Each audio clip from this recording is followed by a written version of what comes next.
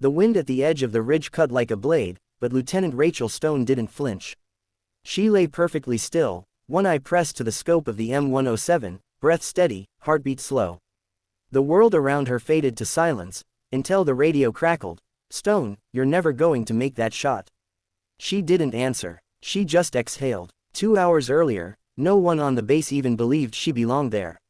When Rachel's transport helicopter touched down on the remote forward operating base carved into Afghan mountainside, the dust hadn't even settled before she felt the weight of the stairs. Operators paused mid-conversation, mechanics straightened up, a few SEALs exchanged smirks. And waiting for her near the command tent was the man whose judgment carried more weight than anyone else's, Vice Admiral Cole Harrington, commander of the Joint Task Force. Harrington was a legend in the teams, 3 decades of missions nobody officially acknowledged, a presence that filled a room like a storm cloud. He looked at the lieutenant standing before him, small frame, calm eyes, dusty uniform worn from the field.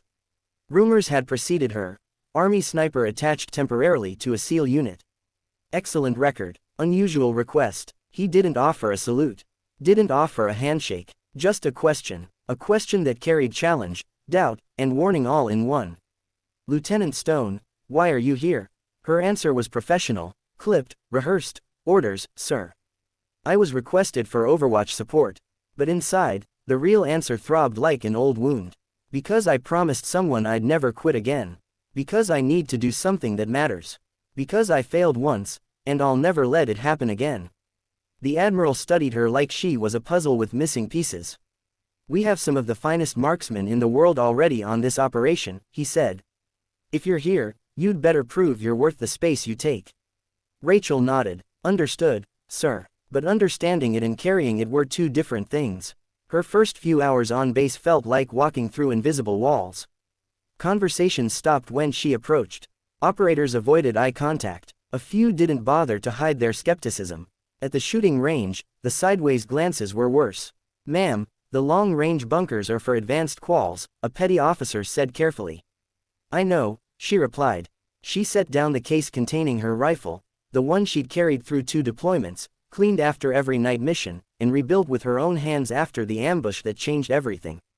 Inside her chest, memories clawed their way up, dust, gunfire, a teammate screaming, and she shoved them back down. Today wasn't about the past. Today was about proving she still had a future.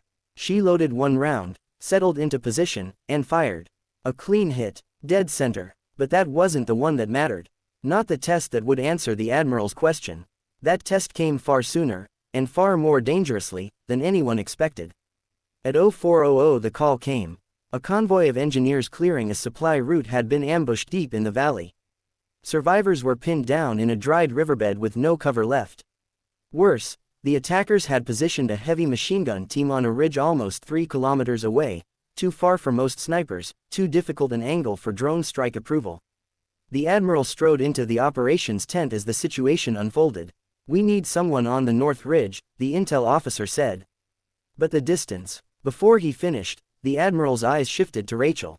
Her stomach tightened, but her voice didn't hesitate. "I'll take the shot." Silence followed, the kind that tests the spine of everyone standing in it. Finally the Admiral gave a single nod. "You get 1 chance, Lieutenant." The climb to the Overwatch point was brutal. Rock slides, thin air, no true trail to follow. Rachel's legs burned, but her mind stayed calm. Every step reminded her of why she was here. Of the teammate she lost because she doubted herself once. "Never again," she whispered to the wind. At the ridge, she dropped prone, unfolded the bipod, and slid behind the M107. The target was almost invisible, just a flicker of movement near a stacked wall of stones. Distance: 2,800 meters. Beyond what most considered realistic. Beyond what anyone would attempt under pressure. Voices buzzed in her earpiece, range finders, spotters, command, but she shut them out. She focused only on the wind. The angle, the rotation of the earth, the heat shimmering above the rocks. Her breathing slowed, her heartbeat softened. Behind her, the Admiral had arrived, watching through his binoculars. "Stone," he said quietly, "no one will blame you if you can't make that shot." She didn't lift her face from the scope. Respectfully, "Sir, they will. And so will I." She squeezed the trigger. The recoil kicked dust from the ground. The round began its silent journey through cold air, twisting winds, and a gulf of impossible distance.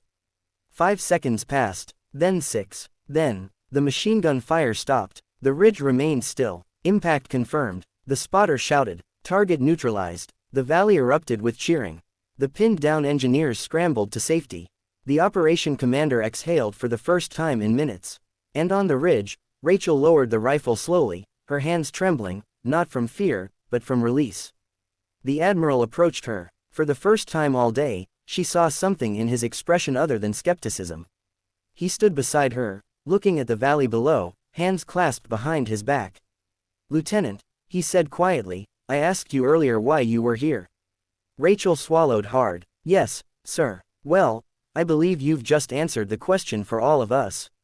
She didn't speak, didn't need to, because the truth wasn't in her words, it was lying in the dust beside her, a spent .50 cal casing still warm from the shot heard across a battlefield.